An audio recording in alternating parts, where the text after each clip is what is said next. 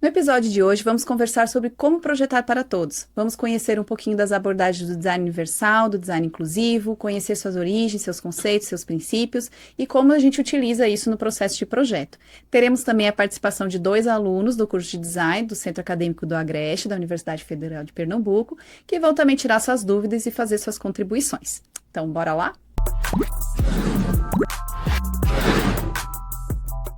Olá pessoal, sou a professora Rosemary Pichler, sou uma mulher branca, tenho mais ou menos 1,76 m, cabelos curtos, loiros, olhos verdes, estou usando um vestido branco com uma padronagem em preto. Olá, pessoal. Sou a professora Marcela Bezerra. Sou mulher branca, cabelos loiros médios, olhos verdes. Estou vestindo uma blusa branca e tenho mais ou menos 1,70 m. E esse é o Inclusive, seu podcast sobre design e inclusão, produzido pelo Laboratório de Design Inclusivo do campus do Agreste da Universidade Federal de Pernambuco. E hoje estamos contando com a presença de dois alunos do campus do Agreste, né? Também alunos do curso de design. Então, o Alisson quer se apresentar? Bom dia, meu nome é o Alisson de Menezes, eu sou um homem branco de cabelo cacheado, castanho claro, curto, tenho 1,71 m, olhos castanhos escuros e eu uso um óculos. Eu sou estagiário do Garagem, um laboratório também do CAA, o campus do Agreste, que faz alguns projetos voltados à acessibilidade, mas a grande maioria é sobre tecnologia, inovação e experimentação. A minha área de pesquisa é design centrado no usuário e eu sou voltado à área de design gráfico. Olá pessoal, eu sou a Osana Queiroz, eu sou mulher caucasiana, tenho cabelos castanhos escuros, curtos, estou usando uma blusa de tricô da cor roxa escura, sou estudante também do campus da UFPSA, de design. Eu estou focando minha área na área de produto e estou aí no Labidim pelo meu estágio 2 e é isso. Muito bom. Prazer enorme ter vocês aqui, né, Muito amiga, legal. participando desse episódio, né, que a gente vai conversar um pouquinho sobre como projetar para todos, né? Então, a participação dos alunos vai ser bem interessante para eles trazerem dúvidas, né, a gente fazer um bate-papo com relação a esse universo que, às vezes, quando a gente vai projetar, realmente começa a dar aquele monte de dúvida, né, amiga? A gente conhece os conceitos, mas como que a gente aplica, né, na prática, todos esses conhecimentos, essas abordagens. A parte inicial, né? Do zero, de onde a gente vai sair, quais são as perguntas iniciais que a gente faz e como é que a gente estabelece essas respostas para que facilitem o desenvolvimento do projeto e principalmente o resultado do projeto que a gente vai estar oferecendo para o público. Isso. E aí a gente sempre gosta de começar, quando a gente vai falar sobre as abordagens de design inclusivo, design universal, design para todos, né? Acessibilidade também como um todo, a gente sempre começa perguntando assim, como que normalmente a gente define um público-alvo dentro do nosso projeto, né? Aí eu gostaria de perguntar para vocês, assim, durante as disciplinas, né, as experiências que vocês já tiveram também, talvez com algum cliente, né? Como que vocês fazem normalmente a definição desse público-alvo? Quer começar falando? Eu falo. Pode começar. Eu acho que tem meio que duas visões. Eu acho que o que mais é trabalhado durante as disciplinas é uma visão de mercado. Então tem muito a abordagem demográfica do usuário final. Então é a questão de idade, gênero, classe social, por aí vai. Só que quando você vai começando a ler um pouco da bibliografia, eu comecei recentemente um livro de mapeando experiências, que é da editora mais famosa assim dentro de design centrado no usuário, que ele fala que essa classificação padrão de público-alvo ela é um pouco equivocada, porque você está produzindo um produto sem saber quais as necessidades, o que o usuário realmente quer. Então, Nossa. eu acho que a forma mais ideal, assim, que é mais comentado academicamente agora, é principalmente procurar o que o público precisa quando ele está consumindo um produto. Uhum. E acho que é aquela ideia mais geral de um público-alvo. Às vezes, pelas experiências que eu tive, assim, a gente consegue é, ter um tato maior de escolher o nosso usuário quando a gente faz uma persona.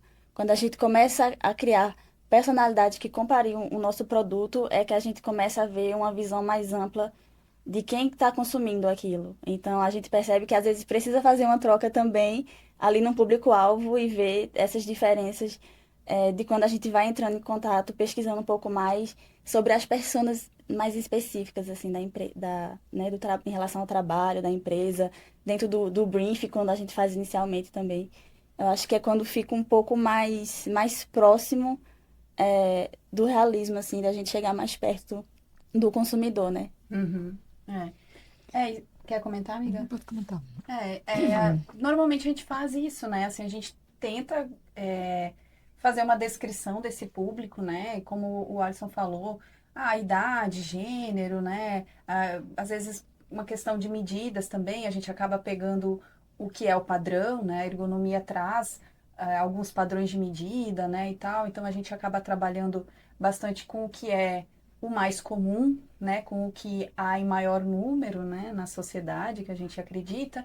Então a gente meio que faz essa padronização desse público, né? Para justamente facilitar um pouco o processo, né? A gente colocar todo mundo dentro de algumas caixinhas que facilitem esse processo de desenvolvimento.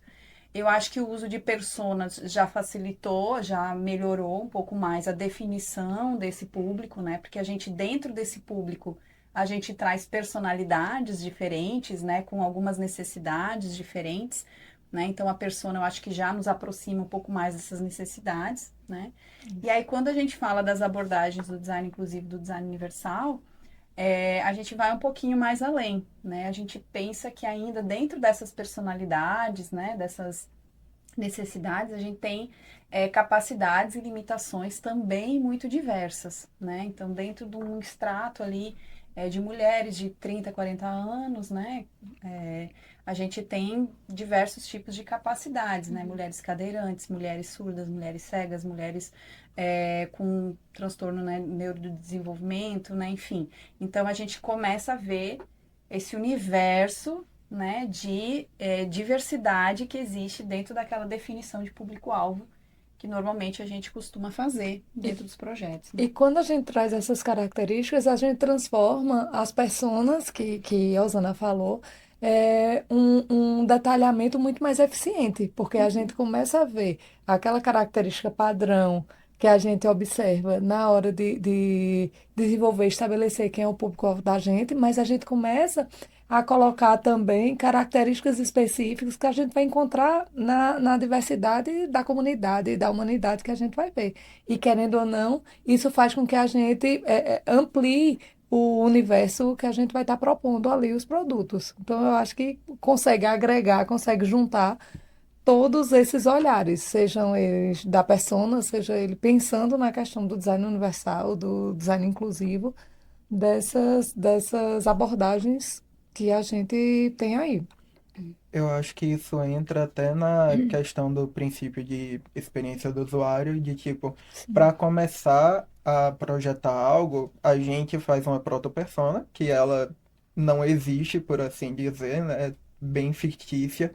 A gente começa planejando o que que a gente espera do usuário. Aí, Uhum, depois que passa por esse processo de coleta de dados, a gente faz uma persona de verdade de validar ela e trabalhar com uma pessoa real que está ali representada indiretamente. uhum, exatamente. As abordagens do design universal e do design inclusivo, né? Eles falam que todo projeto, né, tem o potencial de incluir ou de excluir um usuário, né? E muitas vezes a gente já começa esse processo de exclusão na definição dessas Pessoas. proto-personas, né? Sim, Porque se a gente não tem já, assim, internalizado na gente a existência dessa diversidade, né? Se isso não é trabalhado já desde o início, no projeto, né? Você acaba deixando de lado, esquecendo algumas diversidades, né? Algumas capacidades e limitações muito específicas de usuários, né? Então, é, a gente saber que a responsabilidade que é, né? A gente projetar para as pessoas, né? E saber que toda decisão que a gente está tomando ali em cada etapa do Vai processo, impactar. né, vai impactar em você incluir ou você excluir um usuário, né? E a importância dessas escolhas, dessa definição do público e de quais limitações e aptidões que esse público tem desde o início é importantíssimo. Porque se a gente não faz isso no início, esse impacto, como o Rose falou, vai acontecer no final do processo. Então, é melhor a gente fazer desde o início essa ampliação de olhares e de possibilidades no projeto, para que no final a gente não precise adaptar, não precise voltar para o começo, fazer esse ajuste, fazer esse puxadinho no projeto, que vai excluir algum público. Então, a ideia é a Exatamente. gente começar amplo no início, já para conseguir abordar, atingir, atender a um grupo maior de usuários para que a gente consiga ganhar tempo ao longo do projeto. E uma coisa também muito comum que acontece, né, é um preconceito, assim, vamos dizer assim, quando a gente fala de projetar para inclusão, né? Assim, mas daí eu tô restringindo o público do meu produto, né? Esse produto vai ser só para uma pessoa cega, esse produto vai ser só para pessoas surdas, né? Então, ainda existe essa visão no mercado de que eu vou estar trabalhando com um público muito pequeno, muito restrito, né? E, na verdade, essas abordagens, elas trabalham a lógica inversa, né? De que se você conseguir trabalhar requisitos, né? Público-alvo, várias questões dentro do projeto. Pensando nessa diversidade, a gente, na verdade, está aumentando o público do produto, né? A gente, ou do projeto, enfim, né? Mais pessoas vão conseguir fazer um uso eficiente daquela solução, né? Então, mais pessoas vão conseguir consumir, né? E de forma satisfatória, né? Porque também não quer dizer que essas pessoas não consumam. Elas vão consumir, sim, os produtos convencionais que estão no mercado, mas elas vão precisar fazer adaptações, né? Ou até, às vezes, correr algum risco, né? Que como não foi Muito isso. pensado nelas durante o processo de projeto, né? Essas pessoas, elas até podem se colocar em risco fazendo uso de um produto que não foi pensado, né? Não foi é, é, tomado decisões, né? Tomadas decisões ao longo do processo que considerassem essas capacidades e limitações, necessidades mais específicas, né? Então a gente vê bem isso, assim, que projetar de forma inclusiva a gente consegue aumentar esse público, né? Fazer com que ele vá mais longe, né? E muitas vezes nós designers, né? A gente às vezes se coloca num lugar assim de principalmente na academia, né? A gente projeta pra gente mesmo, né? É, Tem muito projeto, vocês devem ter tido várias experiências. sim, ao longo das cadeiras a gente faz muito projeto fictício. E uma questão que eu acho que dá para pegar muito de livro é que eles trazem essa questão para a empresa de que muitas empresas elas têm a visão de que fazer teste com o usuário acaba sendo muito mais caro, acaba sendo É, desvantajoso, sendo que quando você trabalha com a questão do design centrado no usuário, do design universal, você acaba agilizando mais, porque Isso. você vai ter que corrigir menos erros, e você acaba economizando também, porque corrigir um produto que ele teve defeito na primeira tiragem, que não foi testada com o usuário, sai muito mais caro do que já fazer o produto que foi testado. exatamente, Isso. exatamente. E isso faz com que, além de eu conseguir aumentar o meu público, os usuários do meu projeto, quem vai realmente ter acesso àquele produto, eu faço com que esses usuários tenham uma resposta de satisfação muito maior, porque o produto foi pensado para ele, considerando as limitações dele, considerando as habilidades dele. E não é aquele produto que está ali naquela prateleira específica para aquele usuário. Não, é um produto que qualquer pessoa pode utilizar. Inclusive, acho que tem alguma limitação. Então, isso faz com que o usuário se sinta integrante do processo de criação também. Isso é muito massa, quando a gente É, vê um projeto que tem esse olhar mais amplo e que consegue trazer um resultado para todos ou para a maioria do público, é muito legal pelo resultado realmente. mas é muito isso que o Alisson falou mesmo, sabe? Eu acho que é uma visão ainda bem preconceituosa, né? Assim, a ciência já avançou tanto, né? Com relação a design centrado no usuário, experiência do usuário, né? A gente já avançou tanto, teoricamente, com relação a É. isso, né?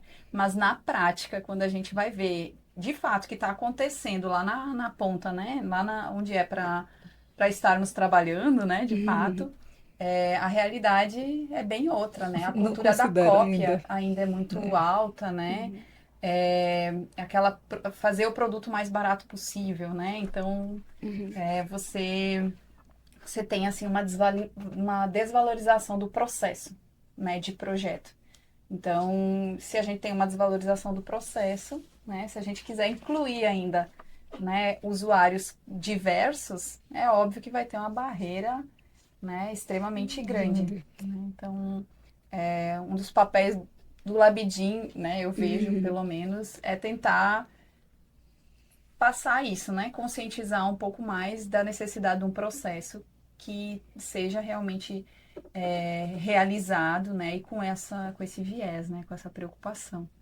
Eu acho que algo que traz muito, até pelo que a Marcela falou, é que nisso de projetar para o usuário e dar visão do mercado sobre design, é até estranho porque mesmo sendo algo que a gente faz, a gente sabe que quando a gente fala de satisfação e bem-estar ao utilizar um produto, é algo que a maioria da empresa e do mercado ela não considera importante, sendo que pessoas continuam utilizando um produto quando elas se sentem bem, elas se sentem Isso. satisfeitas, elas têm afeto pelo que elas estão usando, que é o que eu estou pesquisando também. E é até estranho porque quando você pega para fazer uma pesquisa, tem momentos que você para pensar, poxa, será que vão realmente considerar tão importante quanto eu penso que é? Porque parece que com o passar da produção industrial, muitas empresas elas não consideram esse afeto que os usuários têm que ter pelo produto para continuar usando. Uhum. É. E acho que a gente meio que acostumou a se acostumar É. com o que não fecha muito bem com a gente, né? Com o que não se adapta tão bem. A gente se acostumou a se adaptar ao produto, à solução, do que esse produto se adaptar Desde o às início, ser nossas pensado. necessidades, né? É uma versão meio invertida, né? Acho que até dessa questão mais industrial, assim, tipo, a gente quer produzir, a empresa quer produzir a maior quantidade possível daquele produto, o mais rápido possível, para vender mais. Mas não pela. Eles não esperam que a qualidade do produto, que as pessoas vão querer consumir pelo produto. Sendo que é aquela coisa que eu acho que, na minha percepção, assim, que o produto até vende mais quando é alguém me dizendo, ó, isso aqui valeu a pena, Uhum. ele é muito bom. Sim. Porque hoje em dia, até com a tecnologia, existem muitos produtos no mercado e todo mundo está comentando se aquele produto é bom, se aquele produto é ruim, se funcionou, né, se solucionou o problema daquela pessoa, se realmente teve esse tato de tipo assim, nossa, eu comprei só porque era bonito, mas revolucionou minha vida. Então, as pessoas também consomem por isso. Então, por que não, desde primeiro, pensar realmente nesse cuidado de você criar um produto realmente que abranja conforto, que seja inclusivo e que você ainda assim consiga produzir em massa, né? Ter É essa visão verdade. industrial, ainda que funcione, né? Até porque a produção em massa, né, vamos dizer assim, ela é importante porque barateia também, né? Então, esses produtos, eles não ficarem também tão caros, que é uma das questões também bastante importante, né? É claro que quando a gente fala design universal, traz aquela ideia de que a gente vai realmente conseguir incluir todo mundo, né? Mas a gente sabe, a própria abordagem, né, na sua teoria, ela sabe, né, que não há como a gente atingir 100%, né? Vai existir pessoas que vão precisar de produtos realmente específicos para uma necessidade muito específica, né? Mas existem muitos produtos convencionais do nosso dia a dia, né? Que poderiam facilitar muito diversos tipos de utilização, né? Trazer essa flexibilidade, essa adaptação de uma forma muito mais interessante, né? E trazendo esse conforto, essa satisfação dos usuários, né? Então, há muito ainda a ser feito dentro desse universo, né? Eu acho que tem até uma frase que roda algumas cadeiras do curso que, tipo, a xícara, ela não foi projetada para uma pessoa canhota. Então, tipo, é um produto que, independente do lado que você pegue ele, ele vai se adequar à sua mão. Mas se um produto tão simples não foi projetado para ambas as pessoas e ele acabou por funcionar, por ser algo que vira de todo lado, imagine produtos que precisam ser projetados para pessoas destras ou canhotas. Uhum. Exatamente. Uma das formas da gente conseguir fazer isso, né, são objetos simétricos, né? Quanto mais Uhum. simétrico for o teu projeto, você vai conseguir fazer com que ele se adapte a essa lógica, né, do destro e do canhoto, né? Mas é claro que a gente não pode achar que é essa simplicidade toda, Uhum. É, né? A gente tem Que que... isso resolve Aí o tudo e todos teste os com... problemas. é, e aí o teste com o usuário, né, é É. fundamental para você ir lá e fazer o checklist, né? Do tipo, deu certo ou não deu certo, né? Sim, Se funcionou, se não funcionou, né? Então, a participação do usuário dentro do processo, né? sim. É, não digo o processo inteiro, talvez, né? Porque isso realmente ficaria mais caro, mas assim, de ter momentos, né, cruciais Essa dentro do resposta. projeto que você vai ter Uhum. ali a coparticipação, né? Você vai ter uma participação ativa desse usuário ali no processo. Acho que até o contrário, né? Vai sair muito mais barato para uma indústria, para uma empresa, se eles investirem na prototipagem, né? Então, tipo, fazer um teste de um ano com esse produto, com essa quantidade de usuários, assim. E você vai sair um produto excelente. E você, tipo, vai ter aquele gasto, mas aquilo é um investimento de tempo, né? Para as empresas isso é crucial e, né, não acontece tanto assim. É fazendo, é projetando e manda. E o motivo de todas as escolhas daquele produto realmente passa a ter sentido, porque o Sim, usuário está inserido no processo. E aí a gente teria muito menos redesign de produtos, muito menos. eh, gambiarra. gambiarra. e refazer o projeto, ajustar depois que está pronto. Então, se a gente consegue incluir isso, se a gente consegue colocar isso dentro do processo de desenvolvimento, então a gente viu a questão das pessoas, a gente viu a questão de utilizar o usuário dentro do pensamento de como vai ser o projeto. Se a gente faz isso ao longo de algumas etapas, como o Rose falou, do desenvolvimento do projeto, lá no final a gente vai ter um produto que consegue atingir um grupo maior de usuários e que no final, realmente, quando ele seja produzido, vai ter menos impacto negativo no desenvolvimento do projeto, porque eu não vou precisar fazer tanta gambiarra, tanto ajuste, tanto refazer aquele produto ali. Versão 2.0, versão 3.0. É. Se a gente já começa a pensar desde o início. E outra dúvida também que a gente recebe muito quando a gente vai fazer as oficinas, né? Quando a gente vai fazer palestras também, é com relação assim, tá, mas design universal e design inclusivo é a mesma coisa, né? Se tem.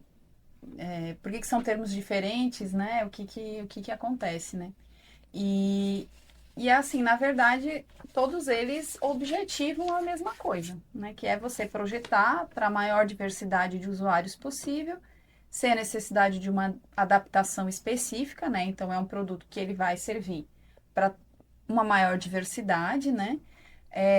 Mas ele tem uma diferença assim só de origem mesmo, né? Então, o design universal ele tem origem ali nos Estados Unidos, né? Que foi uma reunião de diversos profissionais, arquitetos, engenheiros, né? Que se reuniram e pensaram, não, vamos tentar fazer algumas diretrizes, né? Alguns princípios para orientar esse projeto mais universal, né? Com essa proposta mais universal.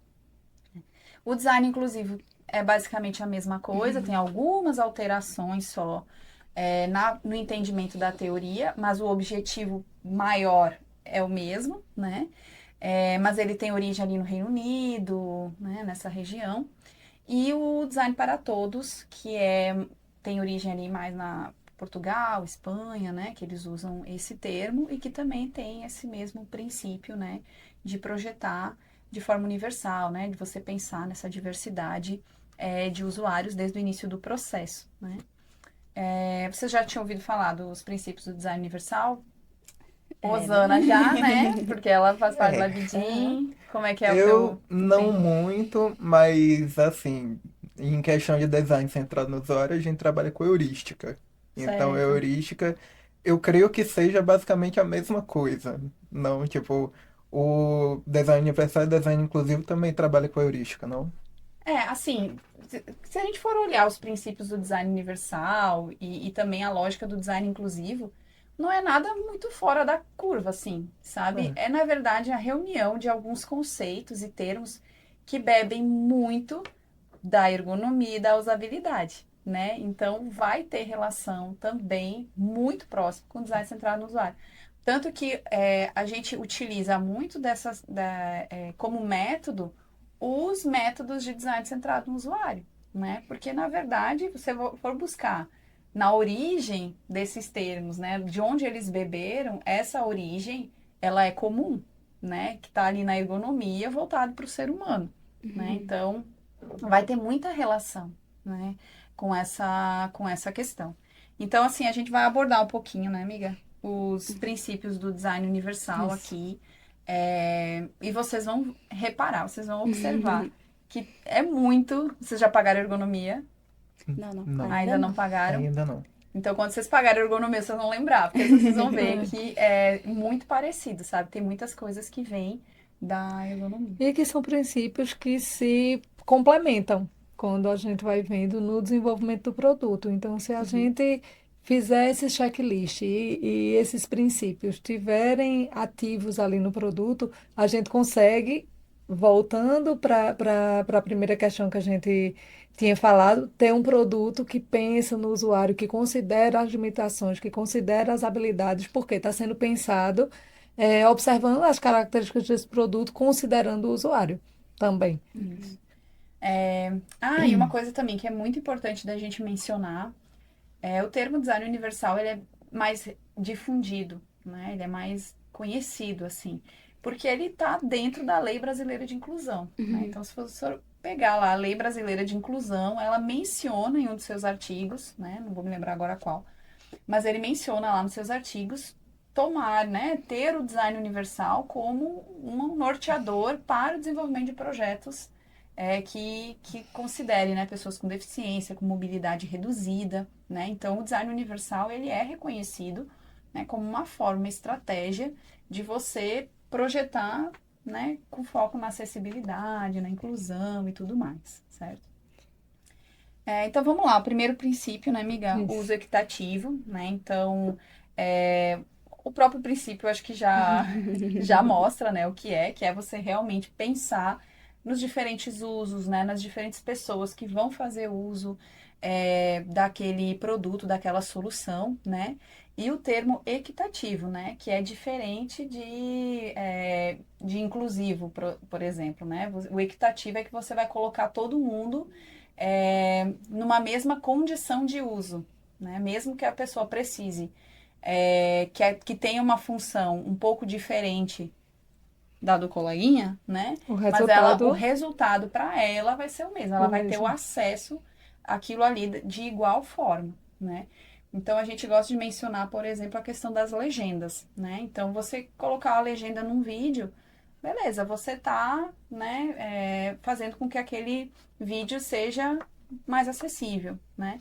Mas você permitir que a pessoa possa personalizar essa legenda, aumentar o tamanho da fonte, mudar a cor da fonte, fazer essas alterações a partir da necessidade dela, né? Aí você está tornando equitativo, né? Você A está gente vê conseguindo. isso. Tornar igual.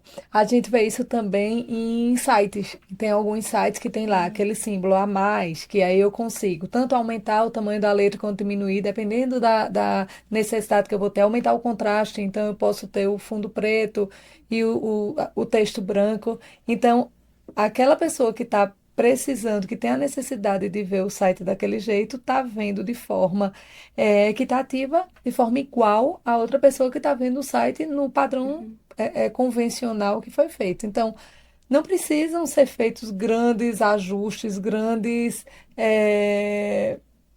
soluções, adaptações. Se a gente pensa já de forma para incluir, então a gente consegue que esse uso equitativo considere os usuários e considere os usos que a gente vai ter no projeto ali.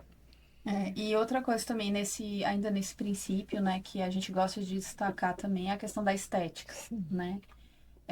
Porque muitas vezes, quando as pessoas vão projetar para pessoas com deficiência, né, parece que a estética ela perde a importância, assim, né? Equipamento médico, Tipo, não, medicamento hospitalar, aquela coisa dura, prateada, com branco e que não tem nenhuma questão afetiva, nenhum cuidado estético com o produto. exato, a preocupação é a função, né? É. Então, não, tem que funcionar, tem que ser. E sim, a função ali, claro que é muito importante, né?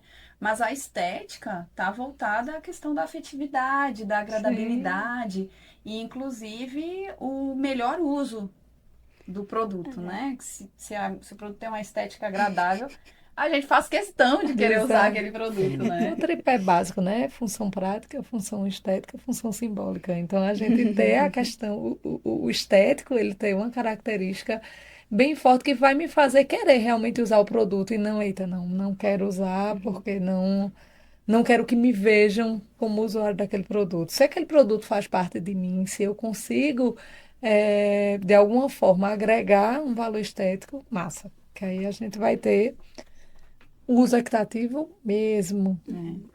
Aí o segundo, que é a flexibilidade de uso, isso é bem ergonomia, né? Que é permitir que o usuário adapte esse produto ao seu ritmo, à sua necessidade, né? E aí a questão que o Ali comentou agora do destro e do canhoto, né? Tá bem voltada aí, a Sim. flexibilidade de uso, você É, Isso. conseguir inverter, assim. inverter o produto e ele continuar funcionando. Tem, Exatamente. tem um exemplo que eu gosto de dar nas aulas, que é o abridor de latas. O abridor de latas foi pensado para a pessoa que é destro, que a lâmina dele está de um lado só, e aí o abridor de latas padrão, aquele que a gente vai utilizando algum esforço para poder furar e abrir a lata. É uma forma simples desse abridor de lata ser universal, ele ser simétrico, como o Rose falou. Né? Então, a gente tem a lâmina para os dois lados. Esteticamente, ele não vai mudar, inclusive ele fica bem legal visualmente. A gente podem até pesquisar abridor de latas ambidestro ou com duas lâminas, que ele vai abrir a lâmina, vai aparecer a lâmina para os dois lados. E aí vai ser o uso igual, então ele já consegue utilizar os dois princípios, o uso equitativo e o uso, a flexibilidade de uso. Eu posso utilizar sendo destro, sendo canhoto.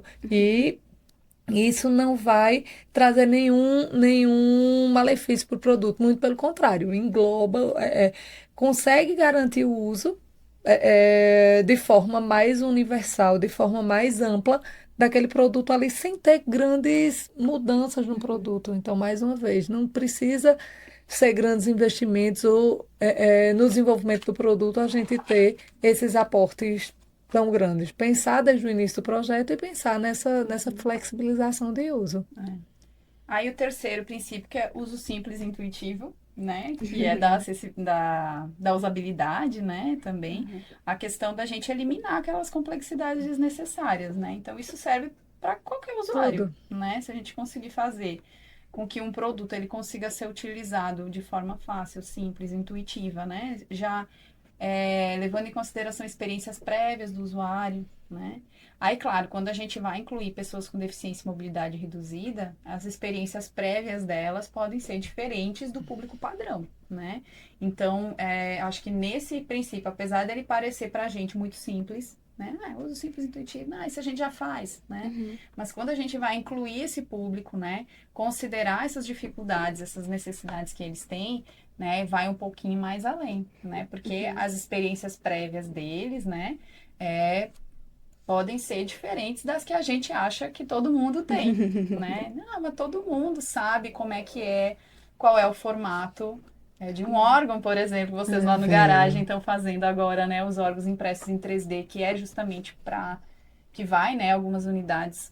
Sim, a gente vai levar na Associação de Cegos de Caruaru, que é justamente para ensinar essas pessoas cegas como é a forma dos órgãos, já que é outra forma de aprender a questão do tateamento, é outra forma de mapear a forma desses órgãos. Então é um material assim muito importante. Já teve gente que entrou quando estava imprimindo e perguntou: Nossa, esse órgão funciona? Não, é um órgão para aprendizado, não é para prótese. Então é um processo que a gente está preocupado já de fazer eles na forma correta, mas não tem essa questão do uso.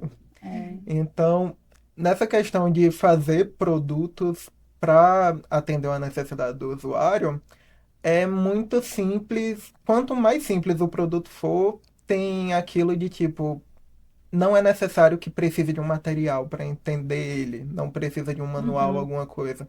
O produto ele tem que dizer como é que se usa ele.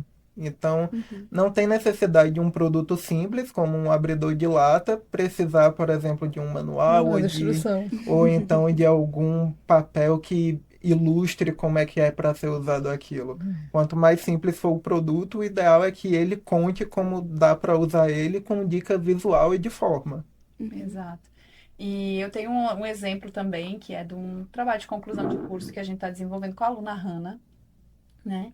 E ela tá trabalhando com aqueles, tipo uns adesivos que você coloca no painel do micro-ondas para a pessoa cega conseguir fazer o uso do micro-ondas, né? Uma coisa assim, Uhum. né? Beleza, que simples, né?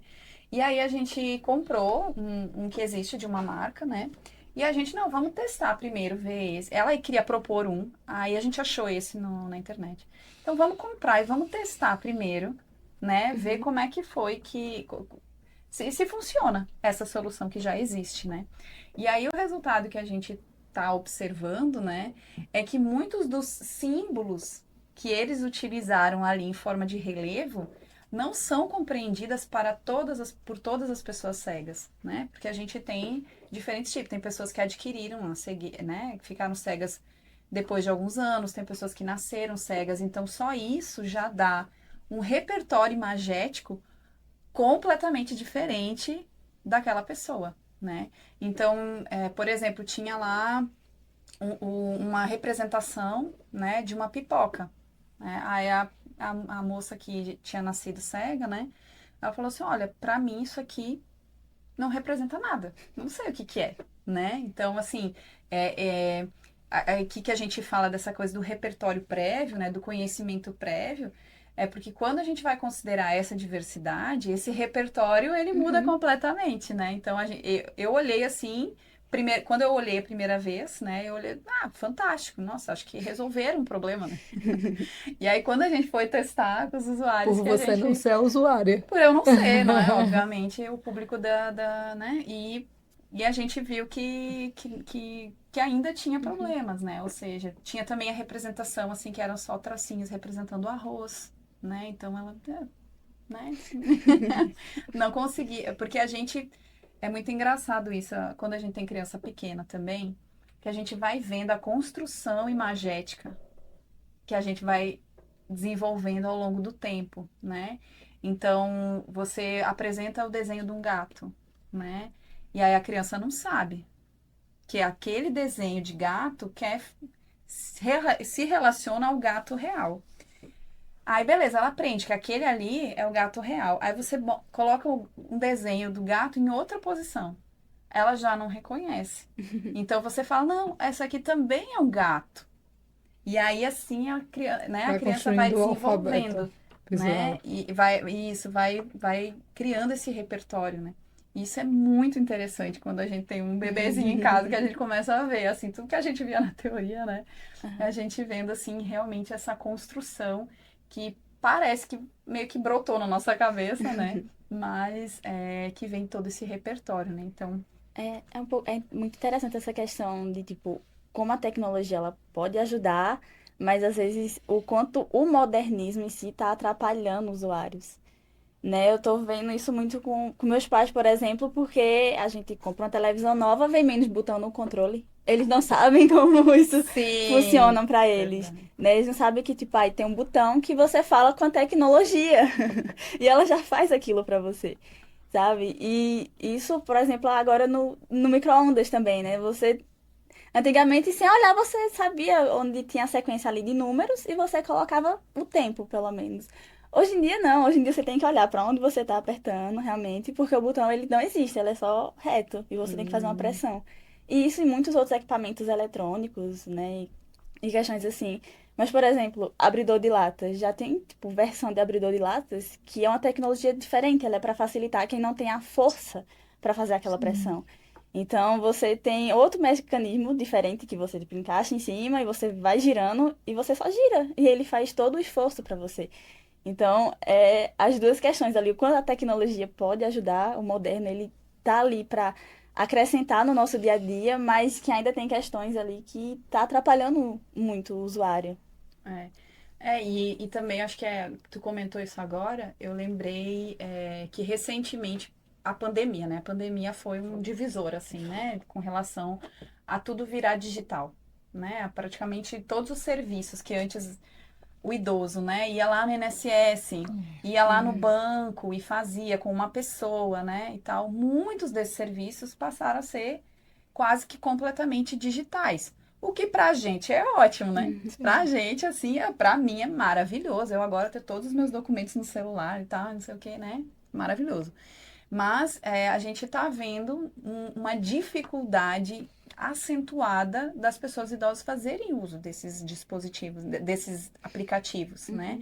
Então elas se tornam dependentes de uma pessoa mais jovem, né, que está mais acostumada a lidar com esses dispositivos, com esses aplicativos, para fazer serviços que antes ela conseguia fazer, né? Chegando e tendo a interface humana, né? Então isso também é uma questão, eu acho que beleza, a gente avançou nesse quesito, é importante, é legal, né?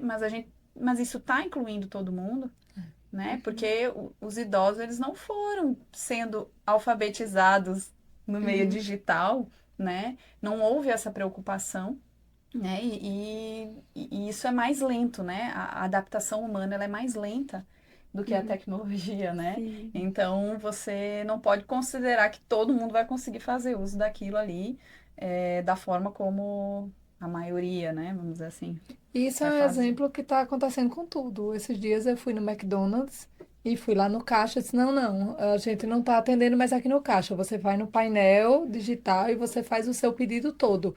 E aí você vê, poxa, não, se tiver qualquer dúvida, a gente vai lhe auxiliar. Eu vi pessoas lá com dúvida de como é que fazia, aí aumenta a fila porque a pessoa não sabe fazer. Então, é um impacto que não é pensado no início do processo. E que aí a gente pensar nessa questão, aproveitar a tecnologia, ok, mas aproveitar a tecnologia de forma que considere também o usuário, as limitações e habilidades, seja ele com deficiência ou não. Ele necessariamente não precisa ter uma deficiência, é só uma questão dessa habilidade mesmo. E aí a gente Exato. pensar, Não, e assim, apesar da gente usar o celular todo dia, quando a gente chega numa tela que é diferente da que a gente está é, acostumado a usar, Sim. que é essa questão do conhecimento Sim. prévio, né? Que você pensa assim, gente, até a gente fica meio, Cadê aquele botão? cadê? Qual é o símbolo que vai representar isso agora? Vai ser um sim, carrinho, vai ser uma sacolinha, vai ser sabe? Porque cada um às vezes usa alguma coisa, pra- uma referência diferente, né? E aí eu fico pensando também, que essa é, pessoa tá ali parada pra ajudar, por que que ela não pode estar no caixa fazendo também? né? Pra E quê? é complicado também porque, tipo, tem essa questão da interface ter que ensinar a usar ela. Só que, por exemplo, tem isso do repertório cultural da pessoa. E Sim. quem já é familiarizado com a interface, se você botar um tutorial, a pessoa vai se estressar. É, E para quem não é acostumado, se não tiver o tutorial, ela não vai saber usar. Porque é coisa de tipo.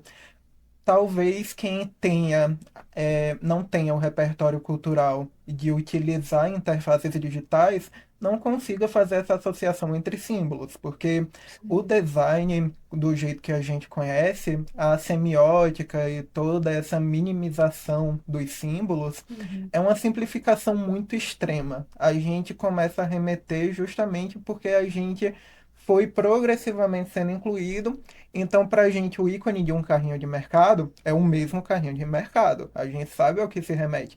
Mas uma pessoa que é analfabeta digital ou que não tem essa familiaridade, nem sempre ela vai ter esse repertório cultural de Isso. parâmetro para poder comparar. Nossa, isso aqui é a representação de um carrinho.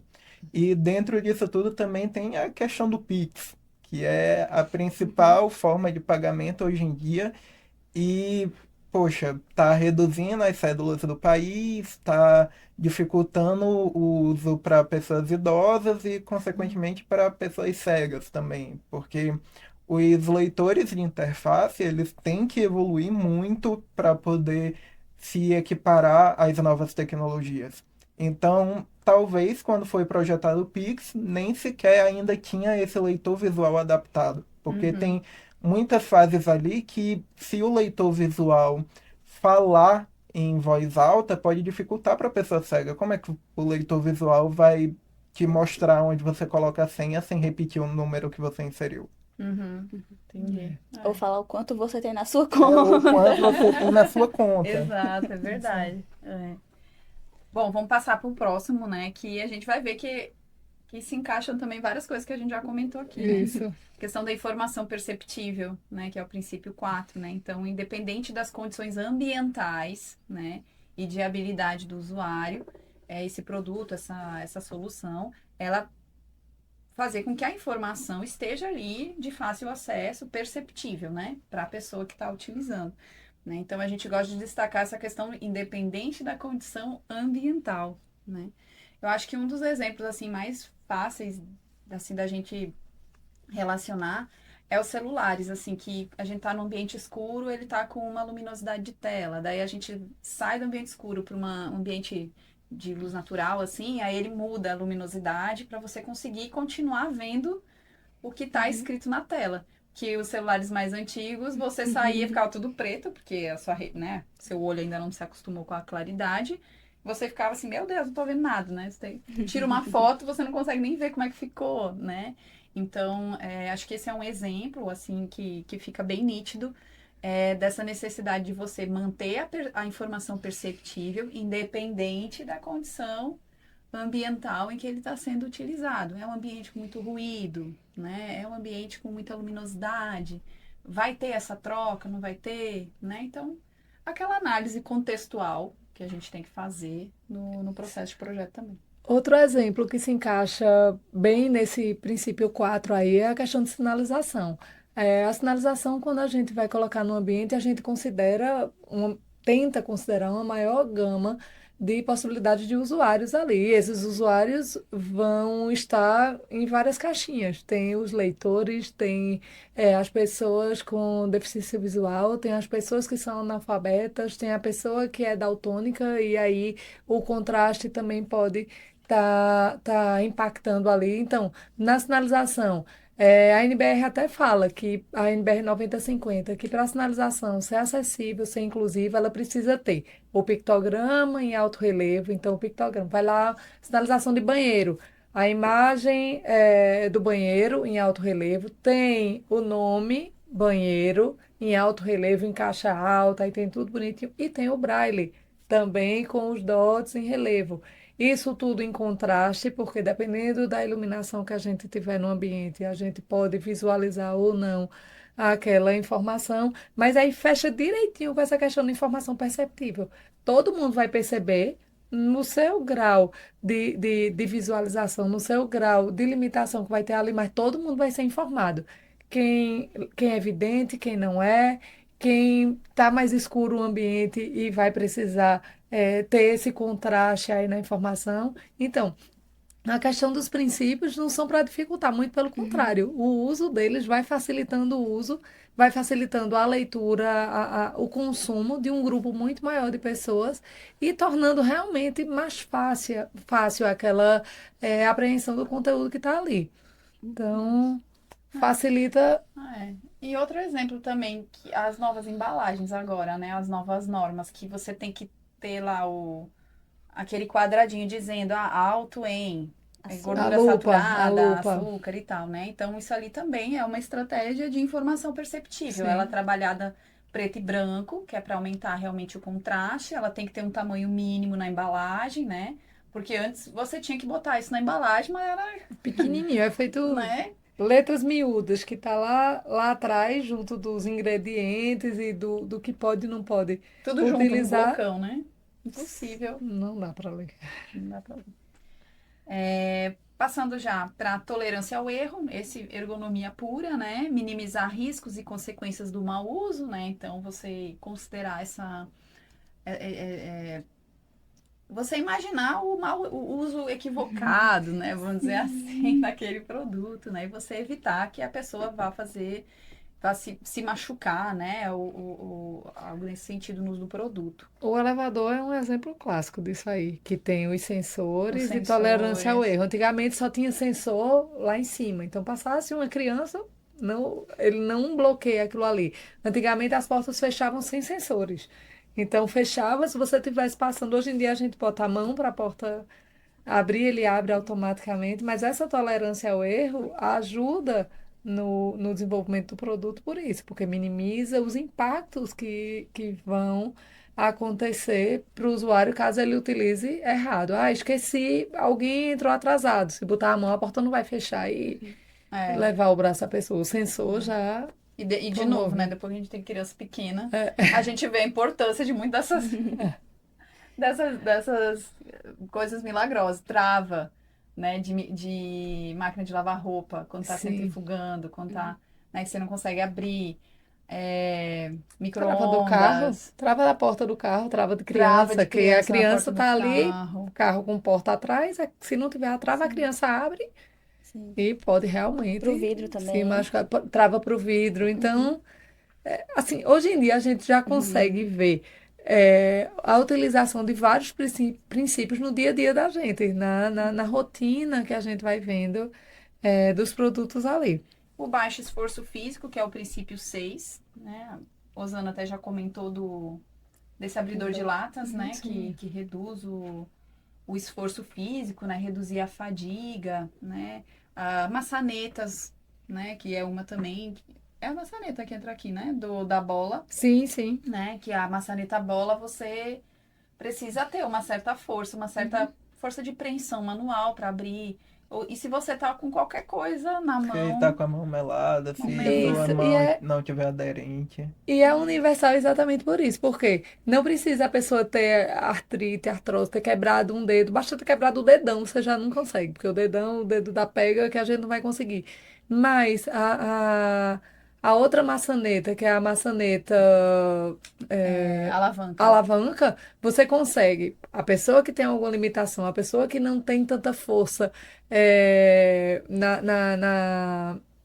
no toque para utilizar. A pessoa que está com a mão cheia e Uhum. aí utiliza até o cotovelo, às vezes até a Uhum. pessoa que acabou tá lavando a mão ali, tem um resto de sabão, a mão tá molhada, escorrega se for na maçaneta bola. Então, é um princípio que é pensado exatamente para diminuir o esforço físico de todas as pessoas, não necessariamente para alguém que tem alguma limitação.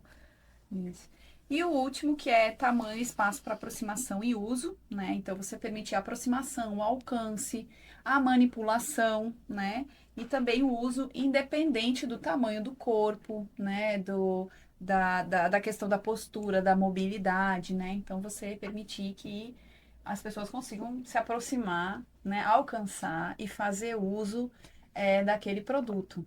Um exemplo que a gente pode dar, eu acho que fica bem nítido isso, é gôndola de supermercado, né? Uhum.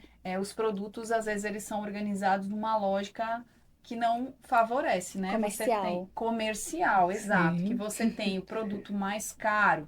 No centro da no- visão, eixo visual aqui. tem uma divisão, assim, o mais barato fica lá para baixo, né? Ou o O outro, infantil fica lá embaixo, porque as crianças vão que é ter péssimo. acesso, vão andando, quero isso, porque está mais perto. Então é tudo pensado, assim, não é nada por acaso. O foco é comercial mesmo, é Sim, vender, né? Só que imagina a pessoa cadeirante, né? Então ela só vai ter acesso, ela só vai alcançar um tipo de produto, né? Um valor de produto, vamos dizer assim. Se ela quiser um outro, de uma outra marca, que está posicionado na parte superior, ela já não tem acesso, né? Então o ideal seria a organização de forma vertical, né? Você ter o mesmo produto indo da gôndola superior até, né, da parte superior até a parte inferior, para que Uhum. assim pessoas com diferentes estaturas, com diferentes posturas, com diferentes dispositivos consigam fazer o acesso, né, de forma independente, né, de forma autônoma. autônoma Isso. àquilo ali, né? É uma questão simples, organização. É uma E, questão de e organização. ajudaria todo mundo, né? Não precisava a pessoa cadeirante, a pessoa que tem alguma necessidade especial pedir ajuda e a pessoa que usa a gôndola de maneira convencional, também não teria nenhum prejuízo. Do mesmo jeito, outro exemplo que eu gosto de dar aqui é cadeira de avião, poltrona de avião. Eita. Tem poltronas específicas para tamanhos específicos, o obeso, o alta estatura, e tem um espaço ali que você compra mais aquele espaço ali para ter um espaço maior. Mas se todos os espaços fossem iguais, todos os corredores fossem iguais, todo mundo conseguiria usar sem precisar necessariamente. Que permitisse uma flexibilidade de uso, né? Exato. A gente conseguiria. Porque assim, a gente gosta de escolher o lugar que a gente vai sentar. Ah, eu gosto de sentar na janela, eu gosto de sentar mais no início do avião, não, eu gosto de sentar lá no final, eu gosto de pegar em cima, né? Sei lá, tem várias. A gente escolhe, gosta de Sim. escolher, né? Então, imagina a pessoa não tem a opção, né? Ah, não, o banco para a pessoa obesa é esse aqui, então você tem que ficar nesse aqui, né? Um Então, exemplo que eu gosto de dar, só finalizando esse princípio aí, é cadeira de cinema. Então, muitas vezes o que é que acontece? A entrada no cinema é pelo térreo, a entrada acessível é pelo térreo, lá por baixo.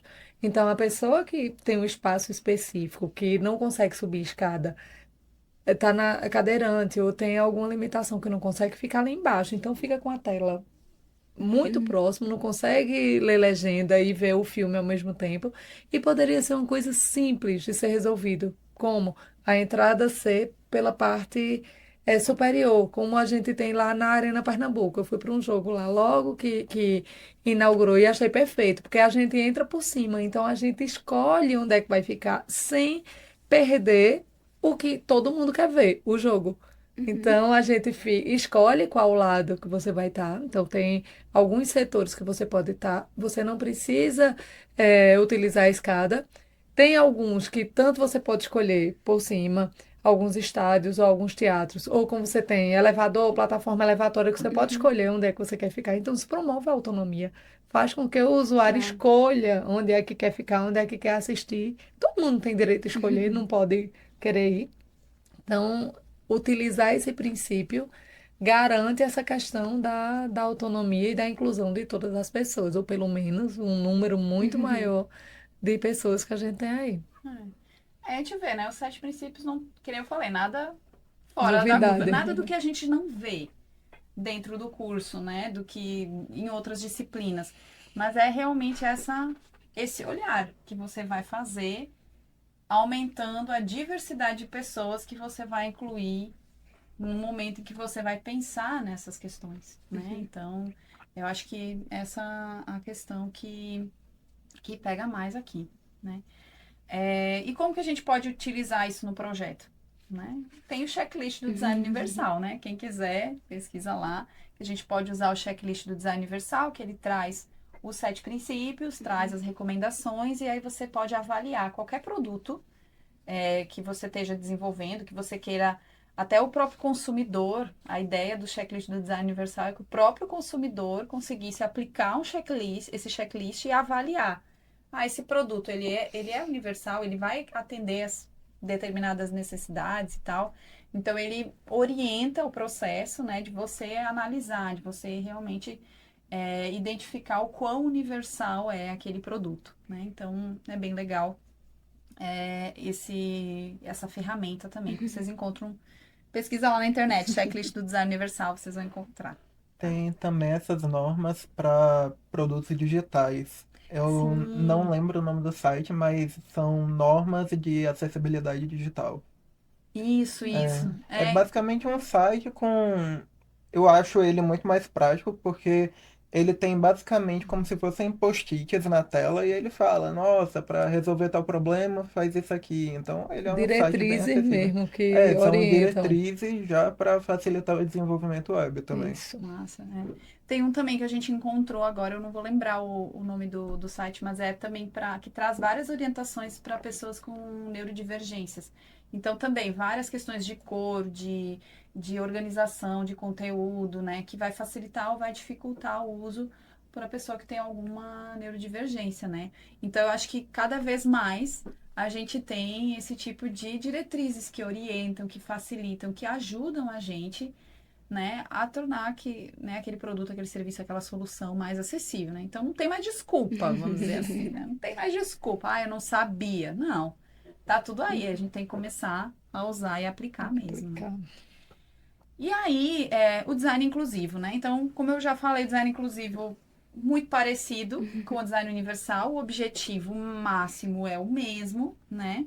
Só que o design inclusivo, ele trabalha com a questão da interação, das capacidades do usuário com as demandas do produto, né? Então, como capacidades do usuário, eles trazem a questão sensorial, que é o ver e ouvir, cognitivo, que é o processamento da informação que a pessoa, né, faz, e o motor, que está relacionado à mobilidade, à força, e à destreza, né? Então, você tem aí os três, o tripé, né, da capacidade do usuário, que seria a questão sensorial, cognitiva e motora.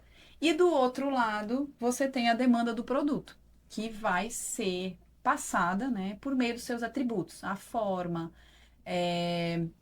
a complexidade desse produto, né?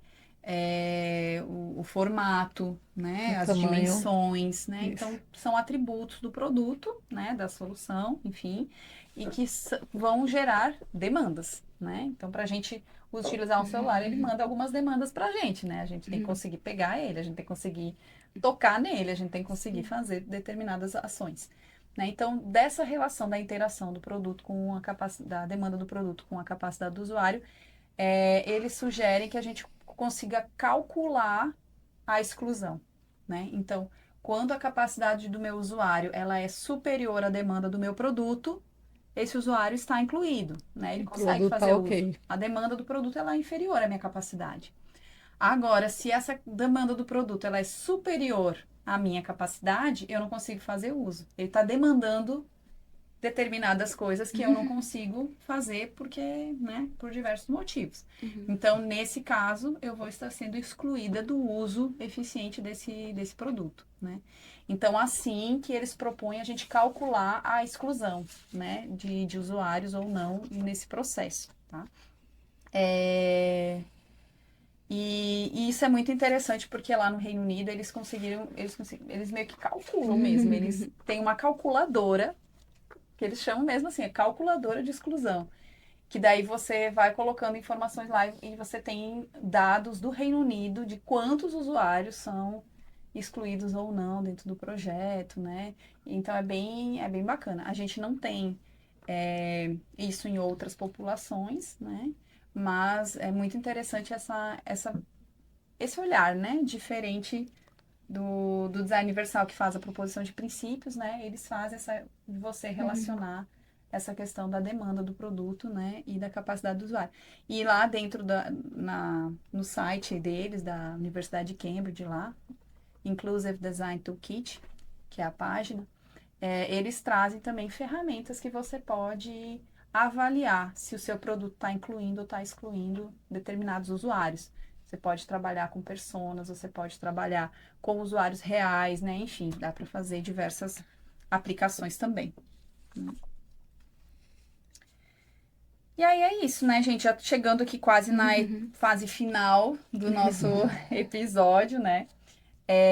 Aí fica a pergunta, né? Como que a gente projeta para todos, né? A gente viu aqui os princípios, a gente viu aqui várias questões do design inclusivo, do design universal.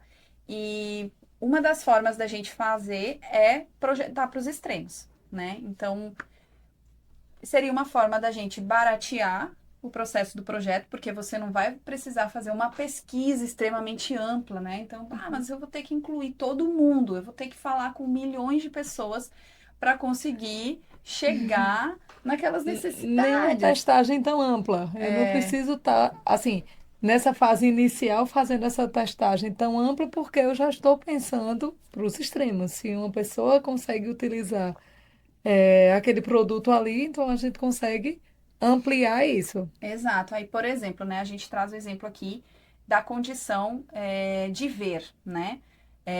Que a gente analisa primeiramente três elementos. Se é uma condição permanente, se é uma condição temporária ou é uma condição situacional, né? Então, se é algo que a pessoa vai ter muito tempo, só por um período, ou se é uma situação ali específica que eu estou vivendo, né? Então, na condição de ver, né? Na capacidade de ver, Posso ter uma condição permanente, que seria a cegueira, né? Uma condição temporária, que seria uma pessoa com catarata, né? E que, né, fazendo uma cirurgia e tal, eu posso ter a minha capacidade de ver, né, de novo. E uma condição situacional, que seria, por exemplo, um motorista que está distraído no trânsito, né? Então, se eu estou projetando uma solução, né? E eu projeto para o extremo, ou seja, eu vou projetar para a pessoa cega, as outras pessoas que estão numa condição temporária, numa condição situacional, também vão fazer uso eficiente dessa solução. Então, essa é uma das formas da gente projetar para todos. A gente voltar, né, esse público-alvo, voltar esses requisitos do nosso projeto para os extremos. Porque se o extremo consegue fazer uso, né, as demais pessoas em condições temporárias e estacionais também vão conseguir fazer o uso eficiente. É isso, é isso. É isso. Pois Deu é, pra falou entender? tudo. Deu. O que é que eu vou complementar nesse caso aqui? Vamos passar para o próximo item do ouvir. Que aí a gente pensando nessa questão de projetar para os extremos, pensando nessa questão de condição permanente, temporária e situacional, a gente pensando no sentido de ouvir. Se a gente projetar para uma pessoa que não escuta, projetar para o surdo, a gente vai conseguir atender a pessoa que tem uma infecção no ouvido, que está temporariamente com limitação ali, ou um bartender que está ali no barulho, que está ali num ambiente, além de estar muito barulho, tem muitos elementos que ele precisa se concentrar. Então, somente a questão sonora não seria importante para ele, não seria suficiente para ele. Então, o que é que precisa ser feito? Quais seriam as possibilidades? Então, pode-se pensar com a questão sensorial, a questão visual. Então, uma luz de alerta, um tremor em alguma coisa, uma vibração em alguma utilização do produto. Então, se a gente consegue projetar para o extremo, a gente consegue ter esse resultado para todos os usuários ali. Então, eu acho que é um exercício interessante que a gente pode começar a ter na hora de projetar agora, tentar fazer esse grupo maior, pensar para mais pessoas e na hora que vai projetar, na hora que vai desenvolver o produto, pensa no extremo. Se a gente consegue resolver para aquele grupo ali, que é um grupo menor, mas que tem uma necessidade mais extrema, a gente consegue minimizar os obstáculos que aquele projeto ou produto vai ter ali. Isso aí. É isso. Dúvidas, questionamentos. Eu acho que não. Eu acho que foi tudo. Foi uma conversa bem clara, assim. Foi bem legal. Eu acho que eu tô pensando mais em algumas questões, assim, tipo, da cidade, alterações que têm sido feito investimentos, assim, que são esses parâmetros, assim, que até eu fico tipo, poxa, fizeram isso no centro da cidade, mas por que não estão fazendo isso nessas pequenas alterações no resto? O quanto algumas simples coisas, por exemplo, você fazer uma lombada que é a ultrapassagem de pedestres, né? Que tem as faixas de A pedestres. faixa elevada. Você faz essa faixa elevada, né? Que já que estão subindo mais a E questão vai ser bom das... para todo mundo Exatamente. isso aí, porque Os carros são obrigados a diminuir a velocidade, então você já sente uma confiança a mais de que tipo, eles vão ter que Sim. parar de qualquer jeito. Né? O cadeirante passa, idosos passam, quem está ali numa situação com alguma restrição, tá de muleta, ou realmente faz o uso cotidiano da muleta passa, então Carrinho de bebê, carrinho de bebê. mala. E o esforço Entendeu, para o né? carro é nenhum, porque o carro tem força para subir a lombada e Sim. descer. Então, seria somente benefícios para a população e para o usuário que vai estar ali. A gente sempre termina assim, há muito a ser feito. Muito Pois é, a ser sempre Há a muito gente, trabalho. poxa, a gente poderia melhorar nisso. Sempre termina assim. É isso, gente. Foi muito legal ter vocês aqui Nossa. com a gente. Para finalizar aqui o nosso podcast, a galera que nos acompanha já sabe, né? A gente tem o nosso super dado aqui, né? Dadinho da inclusão. Isso, aí eu vou pedir para vocês jogarem. Começar com o Ali, pode ser? Pode ser. Aí joga aí e aí você responde o que Rapaz. cair na face de cima. Não vale escolher. projeto de maior sucesso. O meu? É, Sim. o teu, que pode ser qualquer coisa. Eu acho que. Não sei, é porque tem. Eu pensando, eu que fiz o motion do podcast, Ai, é mas. verdade. É. Pois é. E ao mesmo tempo também teve a identidade do Garagem, né? Que foi o meu projeto mais recente, é o laboratório que eu faço parte. Massa. Nossa. Aí muito fica legal. esses dois aí. Massa, massa. Temos dois, então. Dois Dois projetos de projetos de sucesso. Não foi só um. Maior desafio. Terminar a faculdade. Tá sendo um desafio enorme. Mas assim, eu acho que o maior desafio, até falando de todo realmente meu processo dentro da faculdade, foi sair da caixinha do design industrial, comercial, né? Que a gente quer produzir em larga escala e não sei o quê. Foi assim, um divisor de águas da gente realmente entender que existem outros parâmetros, existem outras personalidades, existem é, é, até outras aberturas mercadológicas de empresas mais novas, elas quererem estar entrando no mercado com essa diferença de estar atendendo para um público maior.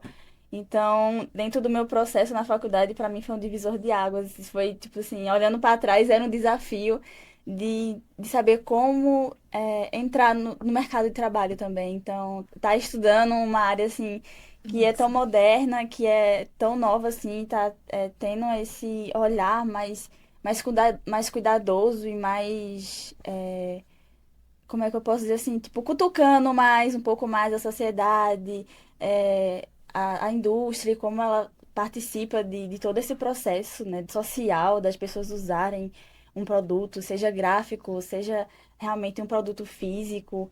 É, foi um desafio, assim, realmente abrir e pensar dessa maneira mais diferente, mais abrangente. Foi legal. E a gente massa, muito precisa, legal. né? O mundo precisa que a gente saia dessa caixa, né? Uhum. Em vários âmbitos, né? No âmbito da acessibilidade, no âmbito do meio ambiente, né? Que a gente tá vivenciando aí coisas extremas também. Então, assim, acho que a gente tem que sair dessa caixa. Não dá mais para ficar na caixa, a gente tem que sair. Né? Verdade. É isso, pessoal. Nosso episódio chegou ao fim. A galera tá aqui dançando. Né? O episódio chegou ao fim. Eu espero que vocês tenham gostado. A gente gostou muito, né? Então, eu espero que vocês tenham gostado. Teria muito mais conteúdo pra gente falar aqui? Teria, obviamente. Curta aí pra parte 2, compartilha. Isso aí, curta, compartilha, manda pro pessoal que você acha que vai gostar desse conteúdo. Quanto mais pessoas souberem desses conceitos, desses princípios, né, mais pessoas vão projetar de forma inclusiva, né, projetar para o maior número de pessoas, né, esse é o nosso convite. Mais pessoas serão impactadas positivamente com o resultado dos projetos. Então, é um trabalho de formiguinha, mas que a gente vai conseguindo Vai. ganhar mais espaço no mercado. Se você está ouvindo pelo Spotify, deixa lá aquelas estrelinhas, né, pois isso faz que a gente seja recomendado para mais pessoas. E a gente está também no YouTube, então se inscreve no nosso canal, curte, comenta, né? Assuntos que vocês queiram ver aqui, bota lá. E recomendar para amigo, né? Comentar, compartilhar, fazer tudo isso aí que vocês fazem, que a gente faz também nas nossas redes sociais, tá certo? Então, até mais, pessoal. Tchau. Tchau, gente!